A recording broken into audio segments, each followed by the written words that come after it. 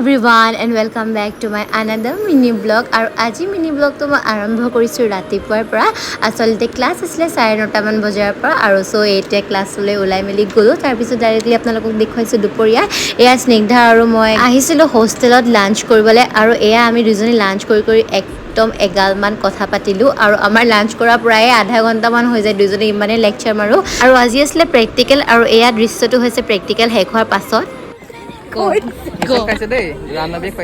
যিহেতু মোৰ শাওন মাহ চলি আছে কাৰণে মই ফুচকা আকৌ চব মিছল নাখাওঁ সেইকাৰণে আণ্টিৰ দোকানতে এয়া মোক আণ্টিয়ে বনাই দিলে গাখীৰ চাহ আৰু লগতে খালোঁ 1 পেকেট বিস্কিট মানে গোটেইটো নাই খোৱা আগতে ভাগ কৰি মেলিয়ে খাইছিলোঁ আৰু অলপ আগত যে দেখুৱালোঁ সেয়া দেখিছেনে স্নিগ্ধাৰ মোবাইলটো একদম পৰি মেলি বেয়া হৈ গ'ল সেইকাৰণে একদম আপোনালোককো এটা ক্লিপ দেখুৱাই দিছোঁ আৰু লগতে স্নিগ্ধাই আণ্টিৰ দোকানত খাইছিলে মেগী আৰু কণী আৰু তাৰপিছতে আপোনালোকক ডাইৰেক্টলি দেখুৱালোঁ ডিনাৰ আৰু ডিনাৰত আজি স্নিগ্ধাই চিকেন খাইছিলে আৰু মই বইল বাৰু ৰাইজ আজি মিনি ব্লগটো ইয়াতে সমাপ্ত কৰিছোঁ